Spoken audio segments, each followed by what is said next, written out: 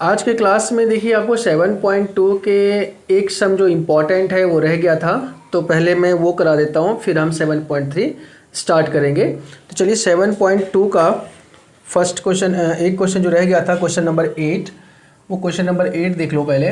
Question number 8 है, if A and B are this and this coordinate given है, find the coordinate of P such that A P equal to 3/7 A B. यानी कि कोई अगर हम एक line ले लेते हैं ए बी और कहीं पे एक पॉइंट है पी, सपोज ये पॉइंट पी है, ए बी का कोऑर्डिनेट गिवन है -2 ए का है और बी का कोऑर्डिनेट है 2 -4, ठीक है। और जो पॉइंट ऑफ पी है ये हमें फाइंड करना है। रेशियो भी फ़िलहाल हमारे पास नहीं है, लेकिन ये कंडीशन गिवन है कि जो ए पी है वो 3/7 ए बी है। अब ए पी हमारे पास 3/7 ए बी है, बट हमें जो चाहिए वो चाहिए ए पी और पी बी की रेशियो। तो इससे हम ए पी और पी बी की रेशियो पहले फाइंड करेंगे। कैसे फाइंड करेंगे वो देखिए यहाँ पे। पहले A P equal to 3/7 A B ये गिवन है। जब आप क्रॉस मल्टीप्लाई करोगे तो हो जाएगा 7 A P equal to 3 A B. अब हमें ए पी तो चाहिए और ए बी नहीं चाहिए, ए बी को हटा के हमें पी बी लाना है। तो 7 A P equal to 3 A B को चेंज करके हम A P plus P B लिख लें, है ना। A P plus P B करेंगे तो ए बी आ जाएगा। अब इसको मल्टीप्लाई करिए, 7 A P equal to 3 A P plus 3 P B. अब ए पी को एक साइड कर लो, 7 A P minus 3 A P equal to 3 P B, और ये हो जाएगा 4 A P equal to 3 P B. अब A P upon P B equal to हो जाएगी 3/4। तो ए पी और पी बी का जो रेशियो था वो हमें मिल गया 3/4, ठीक है। यानी ये हो गया आपका अब M1 M2। अब यहाँ पे आप इसको 3/4 लिख सकते हैं, ये M1 M2 हो गया। अब पॉइंट ऑफ डिवीज़न आपको X और Y फाइंड करना है, जैसे क्वेश्चन नंबर 1 में किया था। चलिए, तो अब हम यहाँ लिख दें पहले x1 इक्वल टू -2, y1 ये भी आपका है -2, फिर x2 2 y2 -4, x1 y1 x2 y2 हो गया। और M1 M2, M1 हो गया आपका रेशियो वाला 3 और M2 4, ठीक है। अब हम यहाँ से सेक्शन फॉर्मूला का यूज़ करके XY निकालेंगे।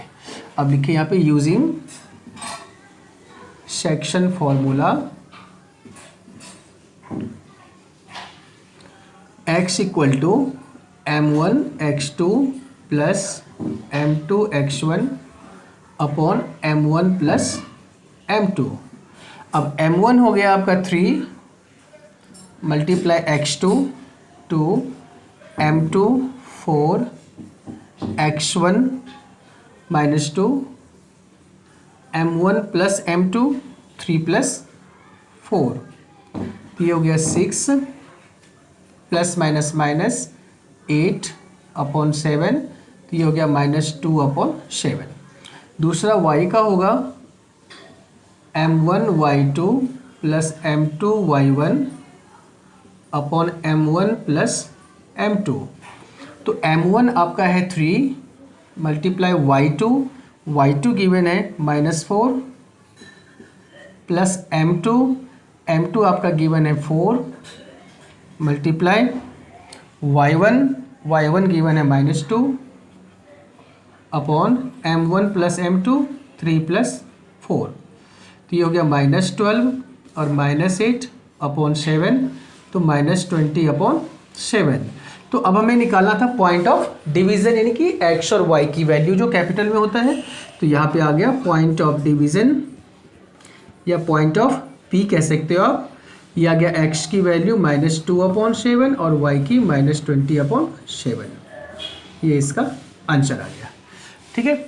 तो इस तरह से 7.2 के जो क्वेश्चंस थे डिफरेंट टाइप के, वो मैंने आपको करा दिए हैं 7.2 में। अब इसके अलावा कोई भी अलग क्वेश्चन नहीं है। अब क्वेश्चन हम 7.3 में चलते हैं, और 7.3 में एक आपका कॉन्सेप्ट न्यू है जिसे हम कहते हैं एरिया ऑफ ट्रायंगल। अब एरिया ऑफ ट्रायंगल वैसे इस बार सीबीएसई ने डिलीट कर दिया है, ठीक है। लेकिन इसका कॉन्सेप्ट समझना ज़रूरी है, क्योंकि ये अलग सवाल में, दूसरे सवालों में भी ये यूज हो सकता है। जैसे कॉलिनियर प्रूव करने के लिए आता है तो वहाँ पे एरिया ऑफ ट्रायंगल का यूज़ होगा, तो कॉन्सेप्ट समझना आपको ज़रूरी है। वैसे सीबीएसई ने इस साल यानी कि 2020-2021 सेशन में इसे डिलीट कर दिया है, बट आपको आगे के लिए इसको समझना ज़रूरी है, इसलिए मैं आपको 7.3 अभी समझा रहा हूँ, थोड़ा सा समझा रहा हूँ, फिर हम 7.4 पे चलेंगे।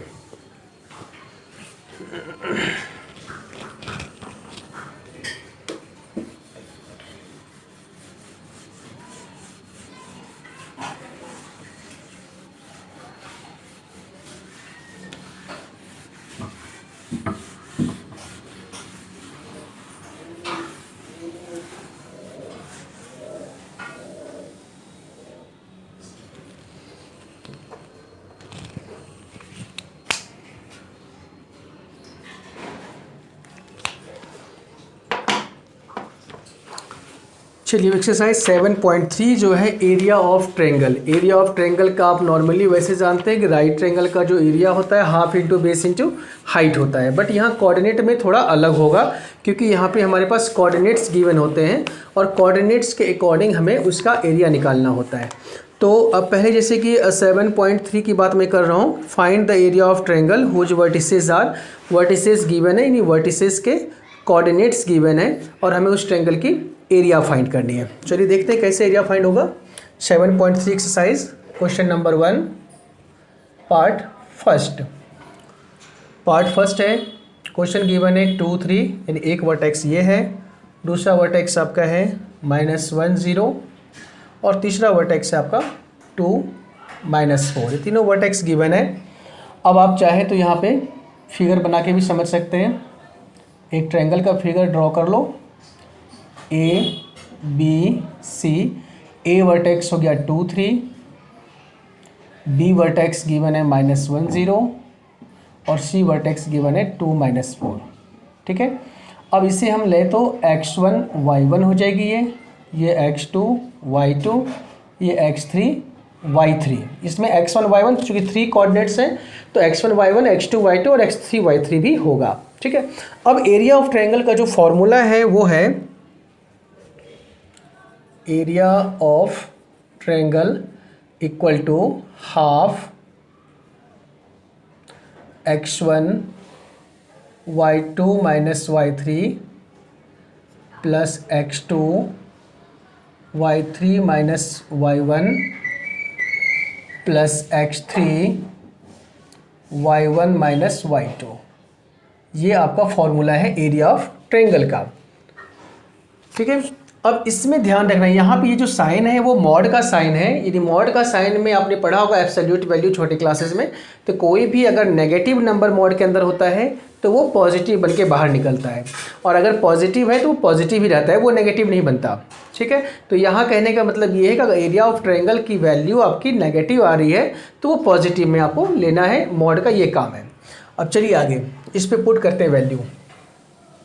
हाफ x1 y1 देखिए क्या है, x1 2 है, y2 माइनस y3, y2 है आपका 0 माइनस y3 है तो माइनस माइनस ये प्लस हो जाएगा 4 प्लस x2 गिवन है -1, फिर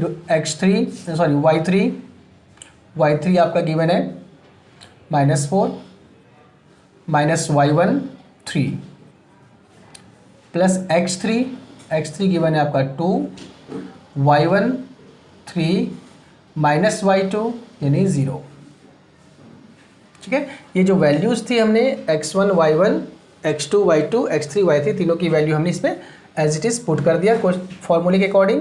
अब है हाफ 2 मल्टीप्लाई 0 प्लस 4 हो जाएगा, प्लस ये हो जाएगी -1 और मल्टीप्लाई -4 -3 -7 प्लस 2 मल्टीप्लाई 3।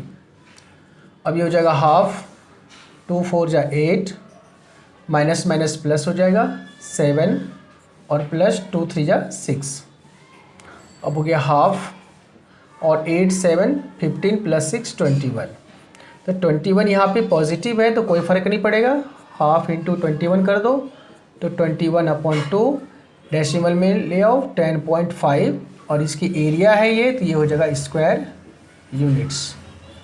ठीक है, तो इस तरह से इसकी एरिया फाइंड हो जाएगी। और अगर यहाँ पे हमारा कोई नेगेटिव वैल्यू होता तो ये मॉड से जब बाहर निकलेगा तो अपने आप पॉजिटिव हो जाएगा, तो पॉजिटिव में ही हमारा आंसर होता है यहाँ पे। ठीक है, तो इस तरह से एरिया ऑफ ट्रायंगल का कोई सवाल हो तो आप इस तरह से करोगे। x1 y1, x2 y2 और x3 y3 है, फॉर्मूला आपके पास है, फॉर्मूले पुट करोगे और जनरल सॉल्यूशन जैसे आप करते आते हो वैसे सॉल्व कर लेना, इजीली इसकी वैल्यू आ जाएगी। ठीक है, अब इसी में एक आता है हमें एरिया ऑफ ट्रायंगल में ही कि कॉलिनियर प्रूफ करने के लिए। तो कॉलिनियर वे पॉइंट्स होते हैं जो एक स्ट्रेट लाइन में लाई करते हैं, मतलब वो ट्रायंगल नहीं बनाता।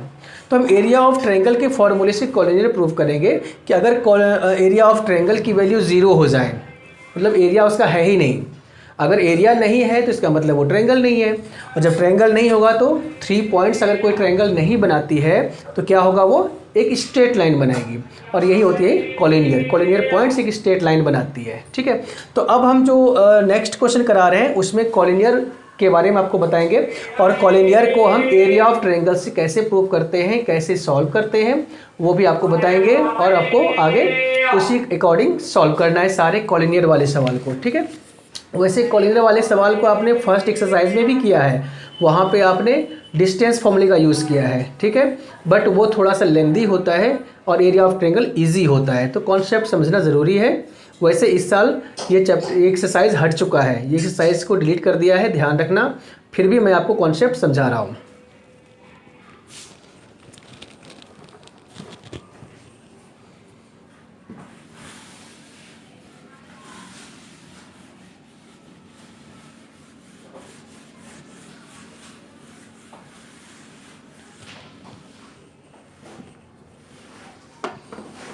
अब क्वेश्चन नंबर 2 का पॉइंट फर्स्ट करा रहा हूँ मैं। इसमें आपको कॉलिनियर प्रूव करने के लिए के की वैल्यू निकालना है कि के की किस वैल्यू के लिए कॉलिनियर होगा।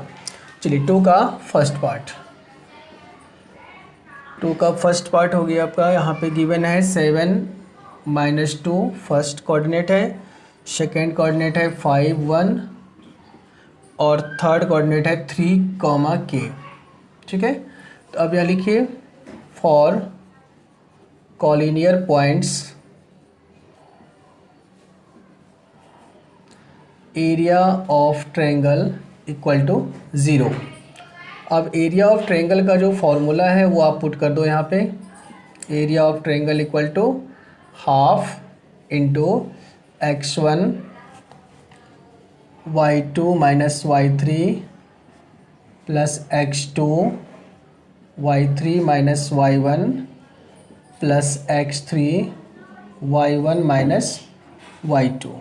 ठीक है, अब यहाँ एरिया ऑफ ट्रायंगल आपका 0 कह रहा है तो यहाँ पे 0 पुट कर दीजिए। इसके बाद हाफ x1 की वैल्यू क्या हो जाएगी, ये x1 y1, मैं यहाँ लिख देता हूँ छोटा सा, x1 y1 x2 y2 x3 y3। ठीक है, तो x1 की वैल्यू है आपका 7, y2 माइनस y2 है आपका 1 minus y3 k plus x2 5 है, फिर y3 k माइनस y1 है -2 तो ये माइनस माइनस प्लस 2 बन जाएगा, प्लस x3 ये है 3, फिर y1 है -2 माइनस y2 है आपका 1। अब जब क्रॉस मल्टीप्लाई करोगे यहाँ तो 0 × 2 हो जाएगी इक्वल टू, अब इसे ब्रैकेट खोलेंगे यहाँ से, 7 1 जा 7 माइनस 7k और ये 5 से मल्टीप्लाई करोगे तो 5k प्लस 5 2 जा 10 प्लस 3 मल्टीप्लाई -2 -1 -3। अब 0 × 2 0 हो जाएगा और यहाँ पे हम सॉल्व करेंगे तो 5k माइनस 7k तो -2k हो जाएगा, प्लस 7 प्लस 10 17 और प्लस माइनस माइनस 3 3 जा 9। अब 0 इक्वल टू यहाँ हो जाएगी -2k और प्लस 8। अब 2k को इस साइड ले लो आप तो प्लस में आ जाएगा 2k इक्वल टू 8, तो k की वैल्यू आ जाएगी 8/2 कैंसिल होकर के 4। तो k की वैल्यू 4 हो गई और k की वैल्यू 4 के लिए ये जो लाइंस हैं, ये जो पॉइंट्स हैं वो कॉलिनियर बनेंगे। तो क्वेश्चन यही था कि k की किस वैल्यू के लिए कॉलिनियर होगा, तो k की वैल्यू 4 के लिए ये लाइन कॉलिनियर होगा। तो आपको कॉलिनियर प्रूव करने के लिए आपको डिस्टेंस निकालने की ज़रूरत नहीं है, जैसे फर्स्ट एक्सरसाइज में आपने किया था कि वहाँ पर डिस्टेंस निकालना था ए बी बी सी ए सी, तो फिर चेक करना था। तो इसमें सीधा आप एरिया ऑफ ट्रायंगल का फॉर्मूला लगाइए, पुट करिए, सॉल्व करिए और आपका आंसर k की आ जाएगी। अगर आपको कॉलिनियर प्रूव करना है तो भी आप एरिया ऑफ ट्रायंगल का फॉर्मूला लगाओ, सॉल्व करो। अगर इसकी वैल्यू 0 आ जाए तो वो कॉलिनियर है, और अगर 0 नहीं आया तो कॉलिनियर नहीं है। तो इस तरह से आपको ये क्वेश्चंस करना है। तो इस तरह से आपका जो एक्सरसाइज है 7.3 वो अभी इतना ही कराएंगे, क्योंकि इस साल के लिए इम्पॉर्टेंट है भी नहीं ये, आगे नेक्स्ट बाद में देखा जाएगा। अब जो नेक्स्ट क्लास होगा मेरा 7.4 का, वो काफ़ी इंपॉर्टेंट सवाल है, उसमें पेपर में आते रहते हैं। तो ध्यान से आप सभी वीडियोस को ध्यान से देखिए, सभी क्लासेस को ध्यान से आप देखिए, और कोई भी डाउट हो तो कमेंट बॉक्स में जाके ज़रूर कमेंट करिए, ठीक है। और अगर चैनल को सब्सक्राइब नहीं किया है तो सब्सक्राइब करिए और ज़्यादा से ज़्यादा फ्रेंड्स तक इसको शेयर करिए।